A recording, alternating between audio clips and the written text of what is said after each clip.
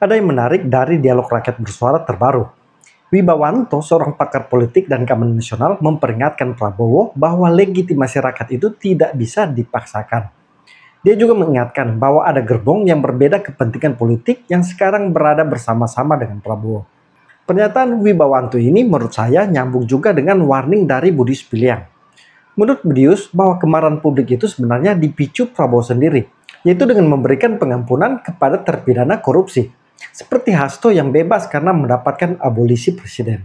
Dan kemudian Megawati memerintahkan semua kadernya mendukung Prabowo. PDI akhirnya menjadi partai koalisi Prabowo. Ini yang menurut saya dimaksud Wibawanto adalah gerbong yang punya kepentingan politik berbeda dengan Prabowo, yaitu kehadiran PD Perjuangan menjadi koalisi Prabowo yang malah membuat banyak pendukung Prabowo kecewa. Apalagi cara merebut hati Megawati, Prabowo gunakan dengan memberikan pengampunan kepada koruptor. Supaya lebih jelas, yuk kita simak pernyataan Wibawanto dan Budi Spiliang berikut ini. Dalam perspektif saya, gejolak dan gelombang aksi yang berlangsung dari tanggal 25 Agustus kemarin, kemudian berlanjut tanggal 28 Agustus, itu sebenarnya adalah akumulasi dari protes, keluhan, tuntutan masyarakat, bukan saja kepada pemerintah, tetapi kepada DPR, atau secara keseluruhan itu adalah bentuk ketidaksukaan masyarakat atas perilaku elit politik secara keseluruhan. Kita tahu bahwa pemerintah saat ini didukung oleh Koalisi Indonesia Maju yang mayoritas ada di parlemen sana. Koalisi Indonesia Maju dipimpin oleh Ketua Umum Partai Gerindra yang notabene itu adalah Presiden Prabowo Subianto. Dan di dalam kabinet sendiri memang Kim yang mewakili dari partai-partai yang mendukung pemerintah. Ada 8 partai besar. 1 PDIP tidak ada dalam kabinet, tetapi memberikan dukungan atau mengatakan sebagai penyeimbang. Nah, kalau kita simak pernyataan Presiden agar masyarakat tetap memberikan kepercayaan kepada pemerintah yang dipimpinnya, saya pikir itulah pernyataan yang normatif dan rakyat pasti memakluminya. Namun demikian, memberikan kepercayaan kepada pemerintah tentu harus dibarengi dengan perilaku-perilaku, keputusan-keputusan dan kebijakan-kebijakan pemerintah yang pro rakyat, pro demokrasi, pro pada supremasi hukum. Tidak mungkin kepercayaan dari rakyat hanya dilakukan hanya dengan meminta kepada rakyat. Presiden harus menunjukkan bukti-bukti yang konkret bahwa memang pemerintah layak untuk mendapatkan kepercayaan dari masyarakat. Saya khususnya dan penonton Ruang Konsensus adalah bagian dari 58% rakyat Indonesia yang memberikan dukungan dan pilihan pada saat Pilpres kemarin kepada Bapak Prabowo dan Gibran. Dan tentu memberikan kepercayaan itu dari awal pemerintahan ini terbentuk. Banyak sebenarnya keluhan-keluhan kecil sampai kepada keluhan-keluhan yang sangat prinsip yang kemudian Bapak Presiden tunjukkan dalam membuat kebijakan dan keputusan. Keputusan yang paling menyakiti rakyat, dan ini adalah awal yang pertama yang mengecewakan rakyat, adalah ketika Presiden menggunakan hak prerogatifnya memberikan ampunan kepada terpidana korupsi atau koruptor Hasto Kristianto, Sekjen PDI Perjuangan, dan memberikan hak prerogatifnya berupa abolisi kepada koruptor Tom Lembong yang sudah diputus oleh pengadilan. Inilah awal kekecewaan rakyat kepada Presiden. Kenapa rakyat kecewa? Karena pada saat awal pidato Bapak saat pelantikan, bahkan pada saat musim kampanye, bahkan di banyak kegiatan Bapak selama memimpin menjadi presiden, bahkan dalam pidato-pidato pada saat retreat di Magelang, Bapak menyatakan sikap yang luar biasa yang menyemangati rakyat bahwa tidak ada kompromi kepada koruptor. Saya tampil paling depan dalam mengejar para penjahat yang merampok uang rakyat. Saya akan bentuk tim khusus untuk mengejar koruptor yang lari, kalau perlu sampai ke Antartika akan saya kejar. Betapa dahsyat semangat yang Bapak ungkapkan. Dan rakyat menyambut baik semangat Pak Prabowo pada saat itu. Namun tiba-tiba beberapa waktu yang lalu Bapak Presiden memberikan amnesti dan abolisi kepada koruptor. Sesuatu yang tidak lazim.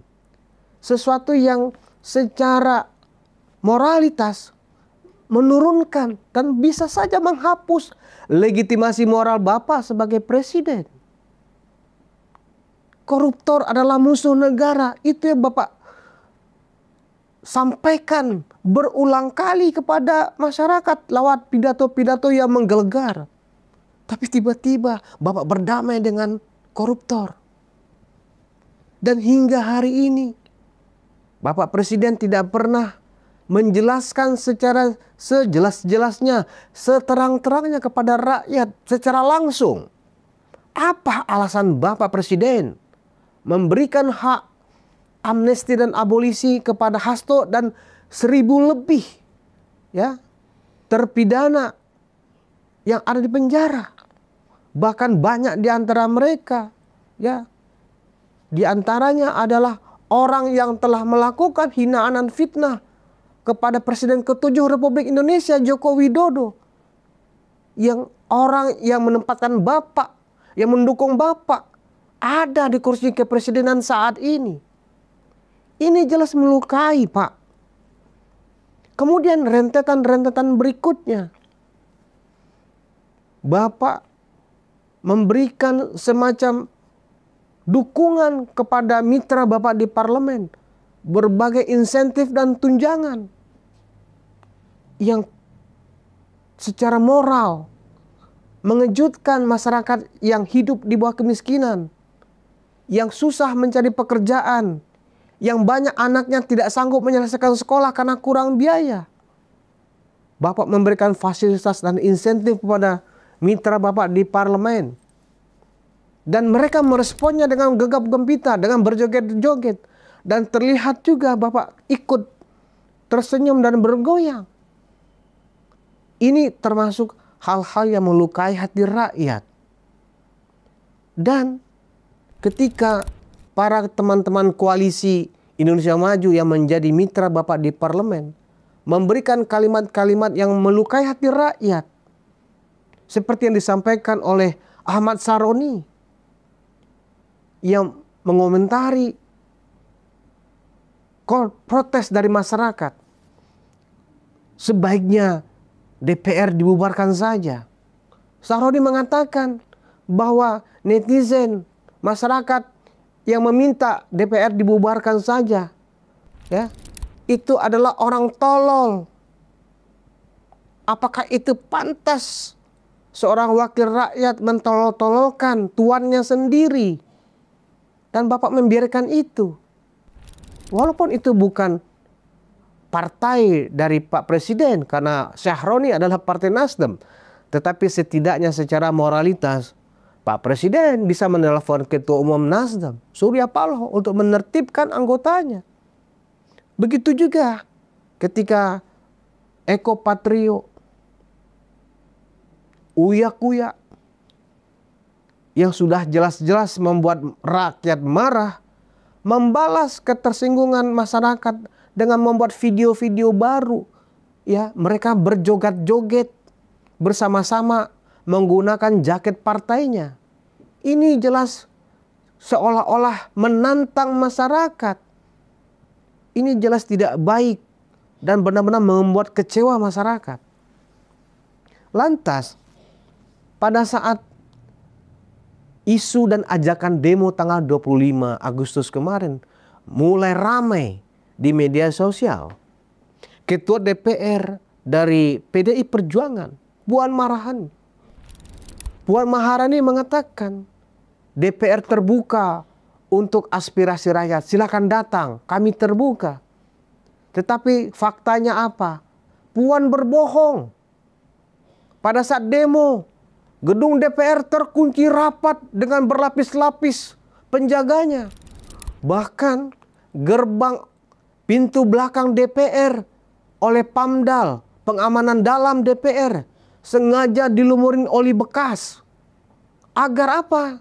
Agar pendemo tidak bisa mendekat, karena mereka tidak mau memegang oli bekas. Tentunya, apakah ini elit yang layak dipercaya? Elit yang layak dihormati? Ya, wakil rakyat yang ketika musim pemilu mengemis suara rakyat, justru ketika mereka sudah ada di kursi empuk kekuasaan, membelakangi rakyat dengan sadis, dengan penuh hinaan. Saya pikir Pak Prabowo, cara Bapak untuk kembali meraih kepercayaan rakyat tidak hanya dengan ungkapan pidato, Pak. Bapak harus menunjukkan, ya, berupa tindakan, sikap dan perbuatan.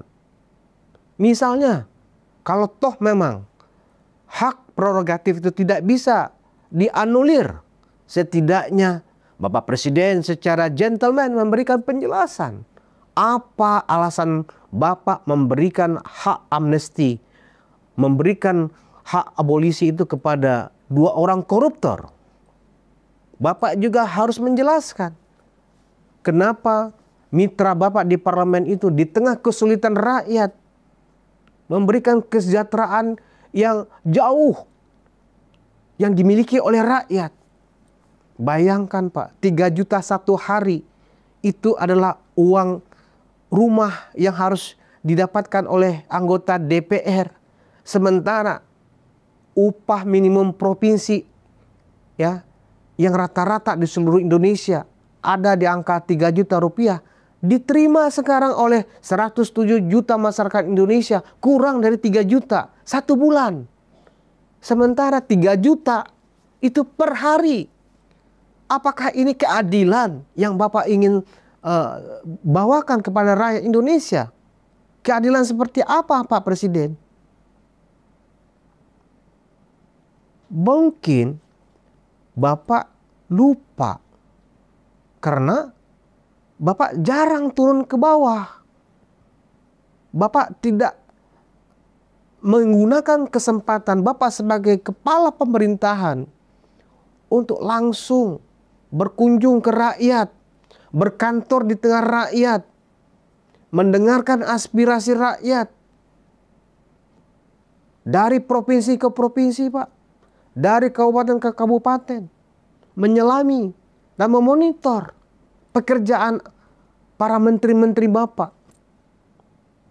Saya tidak sedang ingin menyamakan bahwa Pak Presiden Prabowo harus seperti Presiden Jokowi misalnya. Tapi setidaknya, bukankah contoh yang baik layak untuk diikuti? Daripada sekedar hanya, oh ini gayaku, itu bukan gayaku yang seperti itu. Bukankah menjadi seorang pemimpin, ya, bukan semata-mata hanya kepentingan ini gayaku, itu gayamu. Yang harus diperhatikan adalah mana gaya kepemimpinan yang disukai rakyat, yang mensejahterakan rakyat, yang membuat rakyat merasa damai, yang membuat rakyat merasa diperhatikan. Bukan hanya sekedar janji-janji di podium, Pak Presiden. Ini tentu sangat kita sayangkan. Kami khawatir jika situasi ini tidak berubah dari hari ke hari, bulan ke bulan ke depannya. Indonesia seperti yang pernah Bapak sampaikan dulu. 2030 Indonesia punah. Kami khawatir, Pak, omongan itu menjadi kenyataan jika situasi tidak berubah, jika Bapak tidak segera melakukan evaluasi. Bapak sebaiknya segera melakukan renungan yang mendalam. Pembisik-pembisik Bapak yang seringkali mungkin tidak tepat dalam memberikan informasi, harus juga dilakukan evaluasi. Masih ada waktu buat Pak Presiden ya untuk menata kembali. Karena Bapak memerintah 1 tahun pun belum, Pak. Baru lebih kurang 10 bulan. Aksi massa yang terus berlanjut ini, kemudian ditenggarai ada korban dalam aksi massa ini.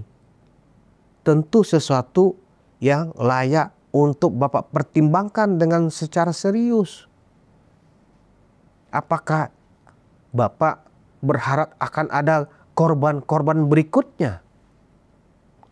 Ketika ada korban seperti almarhum Afwan Kurniawan, tentu tidak semua orang menginginkan itu terjadi.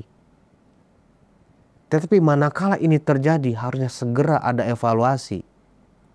Apapun bentuk evaluasinya, berawal dari bagaimana sikap seorang presiden ya menempatkan antara ucapan dan perbuatan satu kata, satu tarikan nafas, selaras.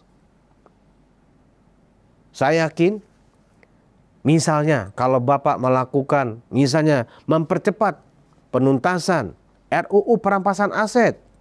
Misalnya lagi tarik lagi tuh semua tunjangan-tunjangan yang diberikan kepada DPR yang nilainya luar biasa. Bapak cabut kembali. Ya, kemudian kepada para koruptor yang masih bertele-tele, perintahkan kepada Jaksa Agung untuk segera diusut tuntas sampai ke pengadilan dengan hukuman seberat-beratnya. Kalau langkah-langkah seperti itu yang Pak Presiden lakukan, saya sangat yakin kepercayaan yang Bapak harapkan, diharapkan ya, yang Bapak inginkan dari rakyat, pelan tapi pasti akan kembali Bapak akan dapatkan. Saya setuju pemicu awal kemarahan publik karena Prabowo memberikan pengampunan kepada terpidana korupsi.